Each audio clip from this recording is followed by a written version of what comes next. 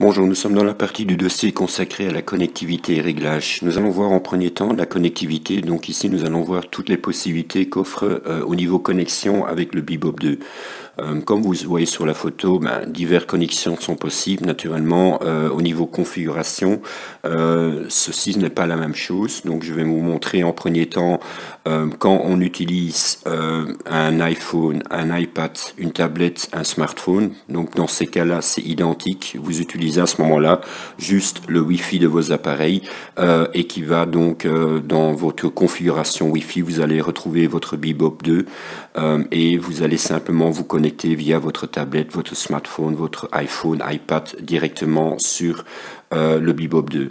Naturellement, quand vous faites cela, il y a des avantages et des inconvénients. Bon, le premier, c'est que c'est au niveau facilité de transport, vous allez avoir beaucoup moins d'appareils à transporter, puisque vous n'avez besoin que d'un iPhone ou une tablette, etc.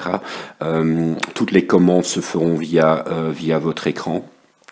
Vous allez pouvoir donc gérer votre drone et recevoir aussi le rendu, donc le retour vidéo. Le moins dans ce système-là, naturellement, c'est que vous avez une portée beaucoup plus limitée. On va dire, tout dépend l'environnement, obstacles, etc. Vous avez, on va dire, une portée quand même certainement minimum de 300 mètres. Par contre, bon, si vous voulez augmenter la portée, on regardera ça dans le dossier concernant donc ces connexions que je viens de mentionner. Il y a une possibilité éventuellement d'augmenter la portée du Wi-Fi de votre smartphone, de votre tablette, etc. avec un répéteur, que ce soit un TP-Link ou un Netgear ou peu importe la marque que vous utilisez. Et là, je vais vous montrer en fait qu'il y a une possibilité d'augmenter la portée. On pourrait dire carrément du x2 au niveau portée. Donc ça, je vais vous montrer dans le dossier. Donc ce que nous allons voir ici en deuxième temps concernant ce dossier connectivité et réglage, c'est aussi donc si vous avez un Sky Controller 1 ou 2, comment donc connecter votre Sky Controller 1 ou 2 directement sur votre Bebop 2.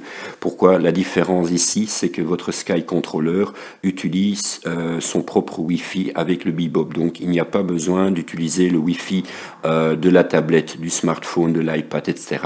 Donc ici, je vous montrerai aussi les points importants.